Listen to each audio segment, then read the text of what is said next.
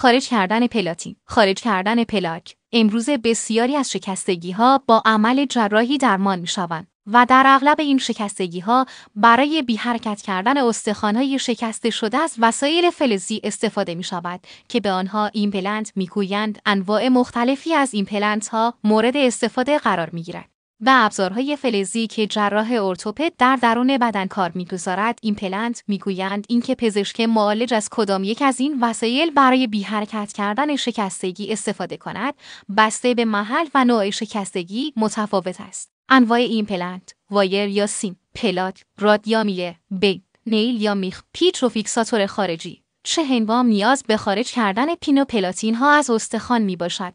گاهی اوقات به خصوص در شکستگی‌های دسته بعد از جراحی سرپین در خارج از پوست باقی می‌ماند. در این موارد پس از گذشته چند هفته که استخوان‌های شکسته شده به اندازه کافی به یکدیگر می‌چسبند، پین‌ها توسط پزشک ارتوپد خارج می‌شوند. در چه موارد دیگری پلاتین بعد از جراحی شکستگی باید خارج شود؟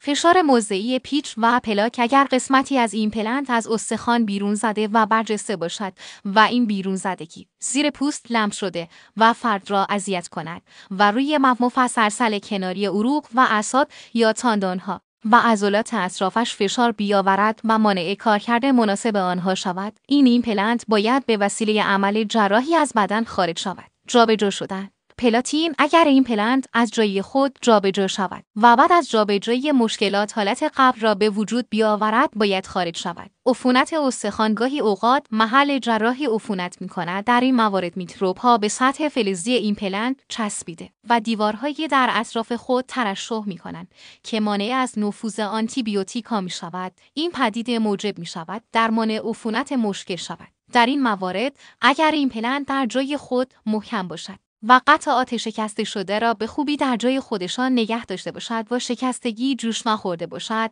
پزشک جراح ایمپلنت را خارج می‌کند. اگر ایمپلنت به کار رفته قطعات شکسته شده را محکم نگرفته باشد، حتی با وجود جوش نخوردن شکستگی باید خارج شود. در این موارد پزشک جراح پس از خارج کردن ایمپلنت برای بی حرکت کردن استخوان‌های شکسته شده معمولاً از وسیله خارجی استفاده می‌کند. نکات خود مراقبتی پس از خارج کردن پلاتین: خط تیر یکی پانسمان را به روش استریل تعویض کنید. به این منظور می توانید به درمانگاه بیمارستان یا نزدیکترین درمانگاه به منزل خود مراجعه کنید.